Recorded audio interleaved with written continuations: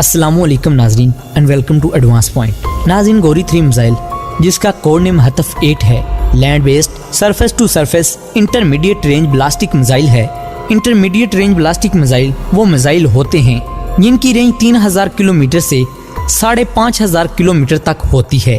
पाकिस्तान ने ये missile India के अग्नि 3 मिसाइल का मुकाबला करने के लिए डेवलप करना शुरू किया था।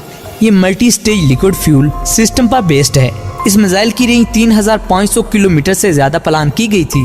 2004 में ये खबर आई थी कि इस मिसाइल का टेस्ट जून में किया जाएगा, ताहम जून आ गया और इस मिसाइल का टेस्ट नहीं किया गया।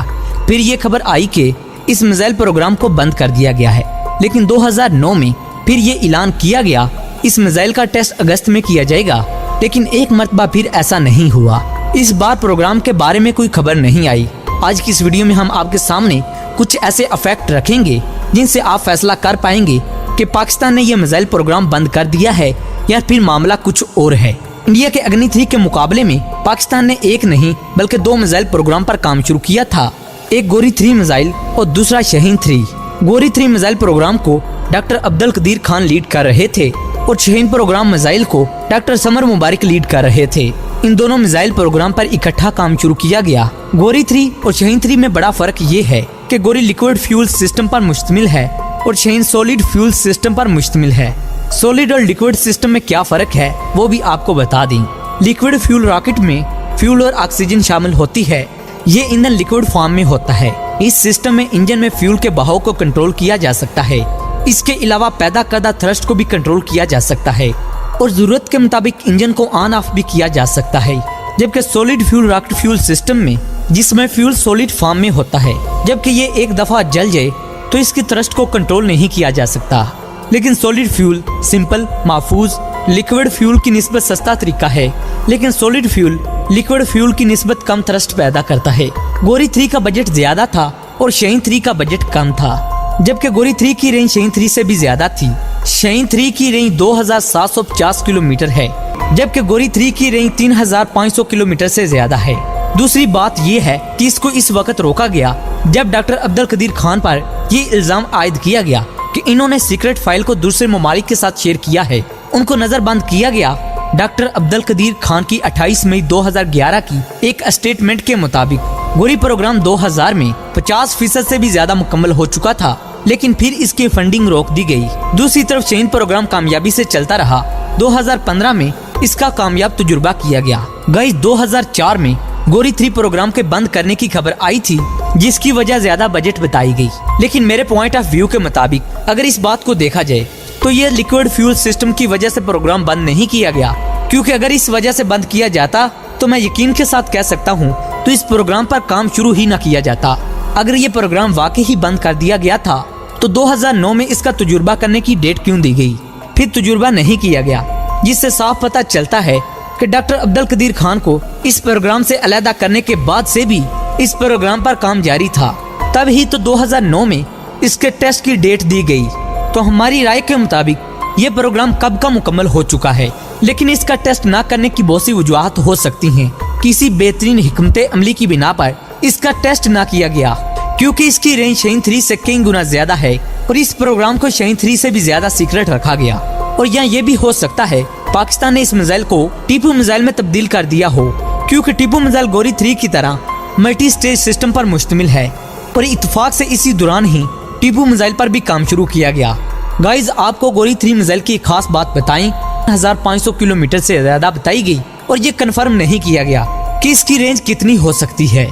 दोस्तों, आपको यहाँ पर यह भी बताते चलें कि सालू सबसे ज्यादा महंगा और सबसे ज्यादा सेफ लॉन्चर पैड है और सालू मिसाइल लॉन्चर का टैग अभी तक पाकिस्तान के किसी मिसाइल को भी नहीं दिया गया। लेकिन ये एक बेहतरीन हिकमत अमली है कि पाकिस्तान अपने हथियारों को छुपा कर रखता है और इनकी असल रेंज नहीं बताता और सिर्फ इतनी ही रेंज बताता है जो सिर्फ दुश्मन को डराने के लिए काफी हो।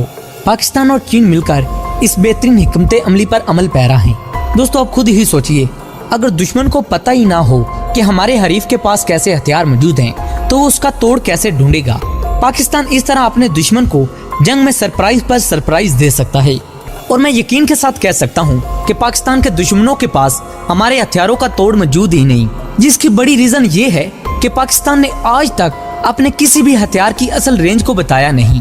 जबकि दूसरी जानब अगर भारत को देखा जाए तो भारत अपने हथियारों को शो ऑफ करता है, इनकी रेंज बताता है, इनके बारे में मुकम्मल डिटेल बता देता है, जिसके नतीजे में पाकिस्तान बेहतरीन हिकमत अमली का मुजाहरा करते हुए उस हथियार का तोड़ ढूंढ लेता है। जैसे कि पाकिस्तान के साबिक चीफ एयर मार्शल ने कहा था कि हम काफी अर्सा पहले ही राफेल को स्टडी कर चुके हैं और हमें S-400 का भी कोई मसला नहीं।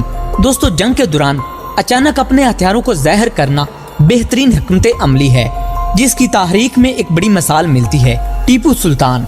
दोस्तों, टीपू सुल्तान ने अंग्रेजों पर अचानक देसी रॉकेटों से हमला किया। तलवारों और बंदूकों से लड़ने वाले अंग्रेज ये सोच भी नहीं सकते थे कि इनका मुकाबला रॉकेटों से होगा। और दोस्तों, वो जंग अंग्रेज हार गए थे। इन्हीं टीपू सुल्तान के नाम से पाकिस्तान ने अपने एक मिसाइल का नाम टीपू भी रखा। गाइज, अब तक के लिए इतना ही, और ये भी बताइएगा कि अगली वीडियो किस टॉपिक पे होनी चाहिए और मैं टीपू मिसाइल पर एक तफसीली वीडियो बनाऊं या नहीं। दोस्तों, अब तक के लिए इतना ही। एक नई वीडियो के साथ मिलते हैं, तब तक के लिए अल्लाह निगहबान।